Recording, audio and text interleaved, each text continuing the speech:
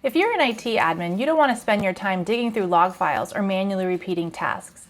Nutanix Crossplay can help, and with the release of PC.2021.7, we've introduced 4 new playbook actions that you can use in your playbooks to make your life easier.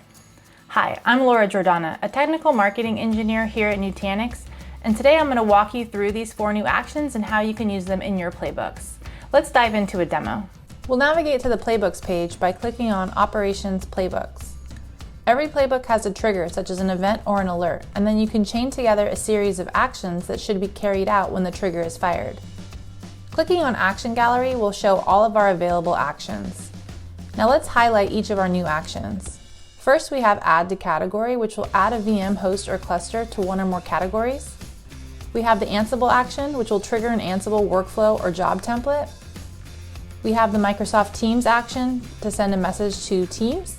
And then finally, we have the Remove from Category action, which, as the name suggests, is the opposite of the Add to Category action, removing a VM host or cluster from one or more categories. Now let's take a closer look at these actions in action. We have an existing playbook called the Create VM Playbook, and it's triggered by the Create VM event. So every time a VM is created, this playbook will run. The first action in the playbook is the branching action introduced last year in PC 2020.9, which allows us to do conditional execution. So the condition we've defined here is that we are only going to follow this branch if the VM name begins with dev. In the interest of time, I won't go into the details about the rest of the actions, but at a high level, it powers on the VM, waits for it to boot, grabs the IP address, and makes a REST API call to our Ansible host to add it to the Ansible inventory. Now let's add our new actions. We'll start with the Add to Category action. This is a straightforward action. We just need to specify the category or categories which we want the entity added to.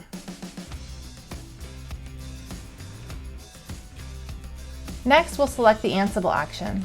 We have a job template defined, and so we'll select the Job Template Radio button, and we'll put in the name of the template and the hostname, and then the application token that we generated on the Ansible instance.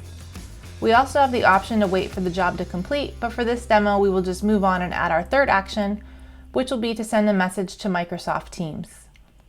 Within the Teams app, you just have to configure a webhook connector in your channel, and it will give you a webhook URL, and then we can customize the message with various parameters.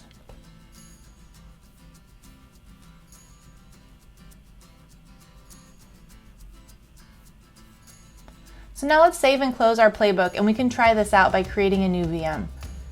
So let's navigate over to Compute and Storage and click on VM, and then click on Create VM. I'll call it Dev Server 1, and I'll add a disk and a network to it, and then we'll save it. Now it'll take a couple minutes for the VM to boot up and for the playbook to run completely. And once it does, we can see that the VM is now powered on and has an IP address. And if we drill in and take a look at the categories, we can see that the category was applied correctly as well. And we can hop back over to Playbooks where we can see the full details of the execution. So we can see that all the actions completed successfully, and we can also verify this in the applications themselves, so we can see that our Teams message came through and includes all the details that we specified as custom parameters in the message. And we can also hop into our Ansible console and see that our job was triggered and completed successfully as well.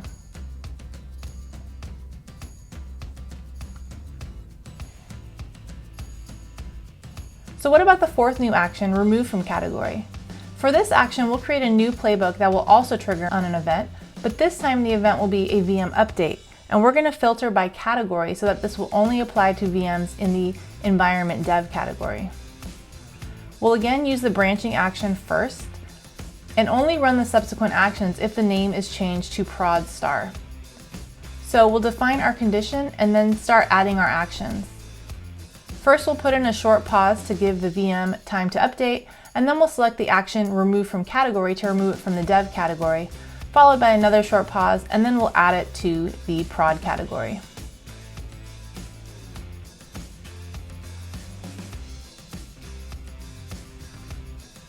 Now let's save and close, and we can test our new playbook. We'll navigate back to VMs, click on our Dev Server 1, and let's confirm that our category is Environment Dev. Now we'll go ahead and rename it to Prod Server 1. And it'll take a minute or so for everything to update. And once it's done, we can confirm that our category was changed.